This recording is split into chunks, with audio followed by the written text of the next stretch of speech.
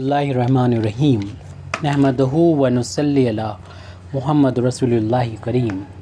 ये problem BSc trigonometry है De Morgan theorem से related. Use De Morgan theorem to solve the equation x to the power 7 plus x Q R 4 plus x Q plus 1 is equal to 0। तो इस equation को हमें solve करना है, De Morgan theorem का हमको use करना है।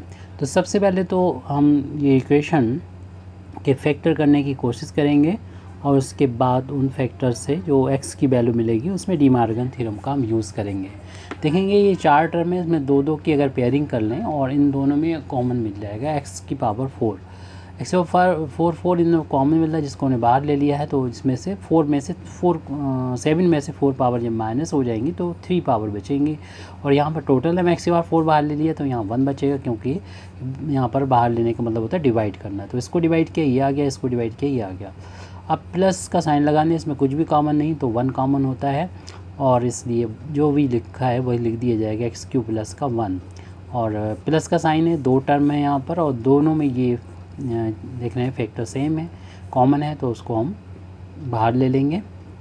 तो हमारे पास बचेगा x की power 4 plus 1 is equal to 0।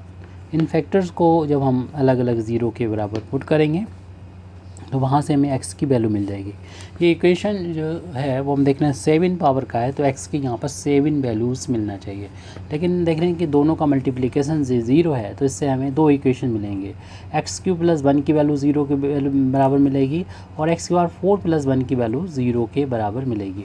ये इक्वेशन 3 पावर का है, यहाँ से x की 3 वैल्यू मिलेंगी और ये इक्वेशन x की पावर 4 में इक्वेशन है तो यहाँ पर x की 4 मिलेंगी। कुल मिला के 3 और 4 7 वैल्यूज़ मिलेंगी जो इस इक्वेशन के रूट्स कहलाएंगे। अगर हमें सॉल्व करना है तो इसका मतलब x की वैल्यू फाइंड करना है, x की वैल्यू ही रूट्स कहलाएंगे इस इक्वेशन के।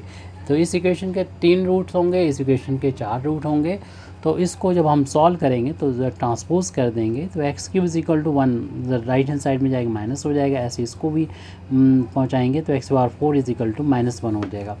तो x की पावर 3 अगर हम x की वैल्यू यहाँ से फाइंड करेंगे तो -1 की पावर हो जाएगी, 3 पावर यहाँ से हटेगी तो 1/3 हो जाएगी राइट हैंड साइड में। ऐसे यहाँ पर x फाइंड करेंगे तो -1 की पावर 1/4 हो जाएगी।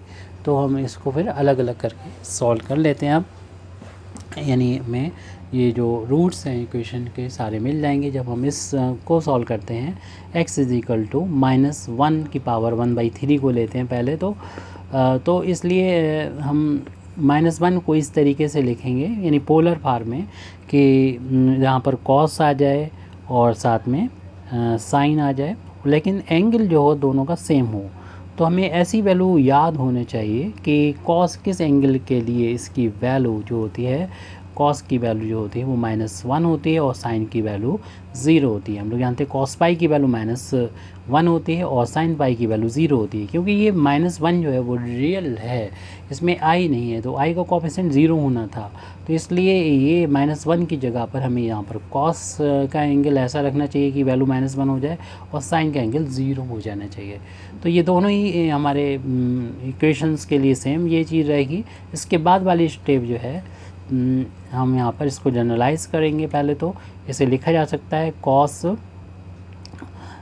इसे लिखा जा सकता है 2m पाई और प्लस का पाई, ऐसे करके लिख सकते हैं इसको, क्योंकि जो इस कॉस पाई की वैल्यू होगी वही इसकी वैल्यू होती है।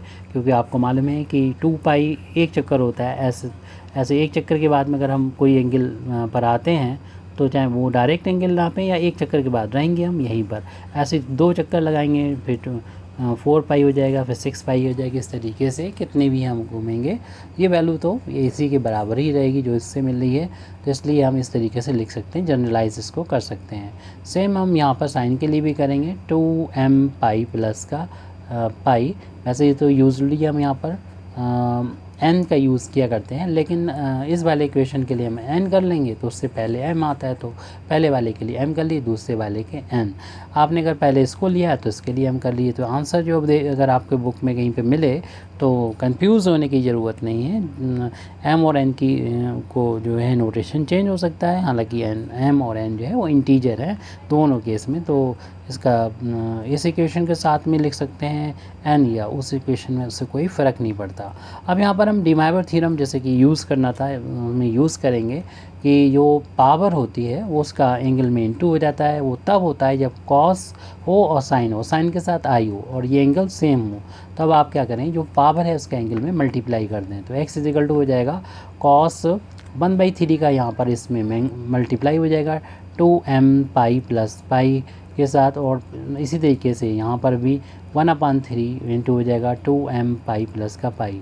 तो यहाँ से हमें x की 3 वैल्यू मिलेंगी। ये वैल्यू तब मिलेंगी जब m की वैल्यू हम पुट करेंगे 0, तब एक वैल्यू मिलेगी, 1 रखेंगे तो दूसरी वैल्यू मिलेगी, और 2 रखेंगे तीसरी वैल्यू मिलेगी। तो m की वैल्यू जो कि इंटीजर है जो, तो बहुत सारी वैल्यू रखी जा सकती है इनफाइनाइट। तो आपको मालूम है कि अगर हम 3 भी वैल्यू पुट कर देंगे तब भी हमें देखेंगे कि m बराबर जो 0 वैल्यू रखी तो वही वैल्यू मिलेगी, यानी कोई नई वैल्यू नहीं मिलेगी। इस इक्वेशन से हमें बस 3 पावर का इक्वेशन था यहाँ पर हमारा, तो 3 वैल्यू ही मिलेगी। m की वैल्यू हम कुछ भी रखें, यह है कि हम रखेंगे तो देखेंगे रिपीट हो जाएंगी जो हम पहले वैल्यू x की फाइंड कर चुके थे। तो x की वैल्यू यहाँ से मिल जाएंगी। तो इतना ही आपको करना होगा यहाँ पर। अब इस इक्वेशन को लेते हैं, इसको सॉल्व करते हैं इसी तरीके से, बाकी चीज़ कॉमन रहेगी। तो x इजिकल टू वहाँ पर -1 की पावर जैसे 1/4 था, तो -1 को भी हम लोगों ने लिखा था कॉस पाई प्लस का आई साइन भी, ये तो कॉमन चीज़ हो गई यहाँ पर। अब इसके बाद जनरलाइज़ करेंगे तो वहाँ पर हमने m का यूज़ किया था, यहाँ पर cos 2n पाई का यूज़ करेंगे इसको जनरलाइज़ करने के लिए, plus i into sine 2n पाई, क्योंकि हमें कई वैल्यू यहाँ से फाइंड करना है, एक वैल्यू फाइंड नहीं करना है। तो अब डिमाइवर थ्योरम को अप्लाई कर देंगे, इस पावर का इस एंगल में मल्टीप्लाई हो जाएगा। शर्त क्या होती है, कॉस हो साइन के साथ आई से मल्टीप्लाई हो, एंगल ये सेम हो, तो ये पावर का एंगल में मल्टीप्लाई होता है। तो कॉस 1/4 का इंटू हो जाएगा इस 2n पाई प्लस पाई में। और ज़्यादा सॉल्व करना चाहें तो आप कर सकते हैं इसमें, यानी पाई कॉमन ले सकते हैं, लेकिन ये वैल्यू हमें 4 वैल्यू मिलेंगी। वो कब मिलेंगी, जब हम n की वैल्यू रखेंगे 0 1 2 3। बाकी आपको मालूम है n की वैल्यू रख सकते हैं आप -1 -2 -3 और कोई भी इंटीजर वैल्यू रख दें, लेकिन आपको यहाँ से जो वैल्यू इन वैल्यू को रखने पे मिली हैं आसानी से वही वैल्यू मिलेंगी। इसलिए कुल मिला के जो 7 पावर का इक्वेशन था, इससे 7 ही x की वैल्यू मिलेंगी, क्योंकि जितनी डिग्री का कोई इक्वेशन होता है उसके उतने ही रूट्स होते हैं, x की वैल्यू उसे सॉल्व करने पर उतनी ही x की वैल्यू मिलती है। Thank you very much Indeed for listening me. व आखिर दावाना अल्हम्दुलिल्लाहि रब्बिल आलमीन।